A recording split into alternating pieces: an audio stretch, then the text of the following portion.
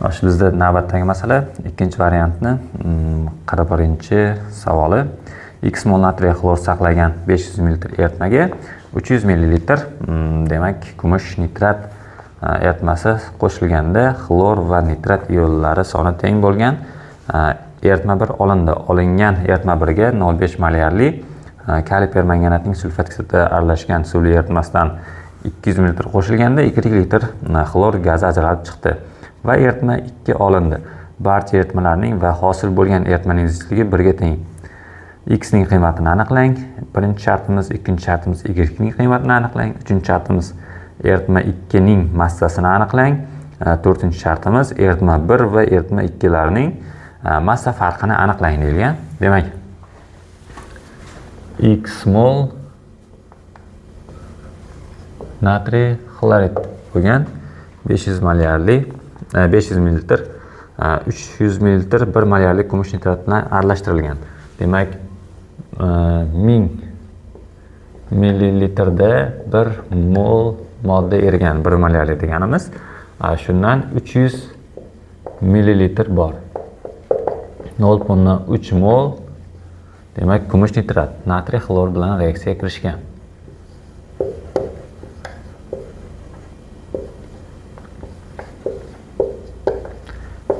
Natijada natriy nitrat va kumush xlorid cho'kmasi hosil bo'ladi. Xo'p, xlorid va nitrat ionlari soni teng bo'lishi kerak ekan. Demak, natriy xlor ortib qolgan, chunki xlorid ioni cho'kmaga tushib ketganini hisobga oladigan bo'lsak, faqatgina natriy xlor ortib qolgandagina, demak, xlorid ioni eritmada qoladi. Endi nitrat va xlorid ionlari teng bo'lishi uchun, demak, nitrat eritmada qolganligini hisobga olsak, 0,3 mol natriy nitrat hosil bo'ladi mana bu qismdan. Demak, 0,3 0,3 mol demak natriy nitrat hosil bo'lgan bo'lsa, unda 0,3 mol nitrat ioni bor.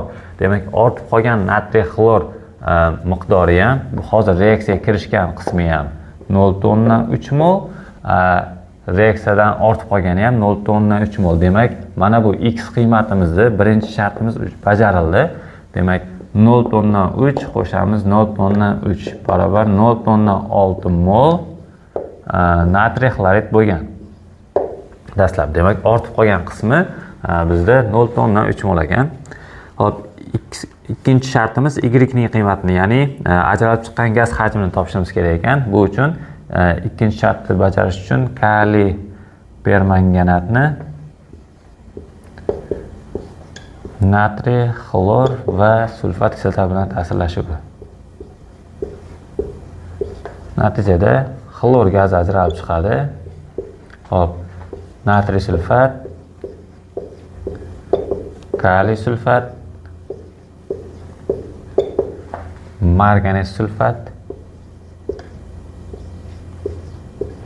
va suv. Hop, demak, bu 2 mol, 10 mol, 8 mol, 5 mol, teng, bunisi 2 mol, 8 mol. Ana endi bizda 0,3 mol natriy xlorid bor, 5 mol demak kechirasizlar 10 mol qatnashayotgan bo'lsa, bu yoqda 5 mol X 0,15 mol gaz ajralib chiqqan. Endi uni hajmi 22,4 litrga ko'paytiradigan bo'lsak, normal sharoitda 3,36 litr Y'imiz kelib chiqdi. Endi bizda buni massasi ham kerak bo'ladi, chunki keyingi shartda eritma 2 va eritma 1 larda biz massasini topishimiz kerak. Shuning uchun 0,15 molni ko'paytiramiz 71 gram taqsim molga. Shunda bizda ajralib chiqqan xlorni massasi kelib chiqadi.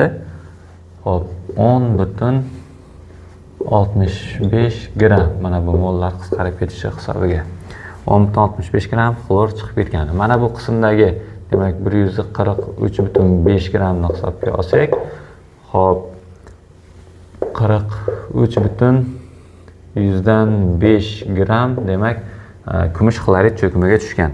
Ana endi bizdan eritma 1 ni massasini topishimiz kerak ekan. Va eritma 2 ni. Xo'p, eritma 2 ni massasini aniqlashimiz uchun, demak, bizda 500 ml, hammasining zichligi 1 bo'lganligi uchun 500 gram qo'shamiz, 300 gram qo'shamiz, 200 gram.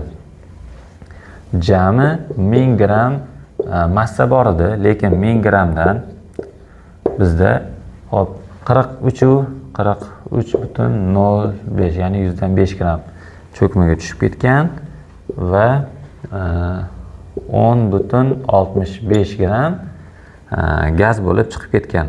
Shunda natijamiz 946.3 gramni tashkil etyapti. Demak, eritma 2 miz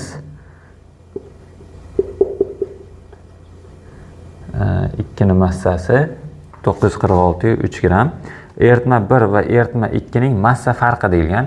Eritma 1imizga 200 demak 200 gram kaliy permanganatni sulfat kislotali eritmasi qo'shilgan va natijada 10.65 gram cho'kmaga ajralib gaz bo'lib chiqib ketgan xlor gazimiz.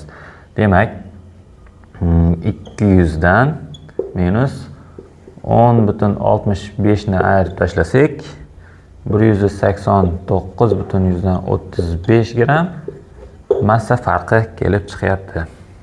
Demak, birinchi qismimiz x ning qiymati 0.6 mol, ikkinchi y ning qiymati 3.36 litr, eritma 2 ning massasi 946.3, eritma 1 va eritma 2 larning massa farqi esa 189.135 gramni tashkil etdi.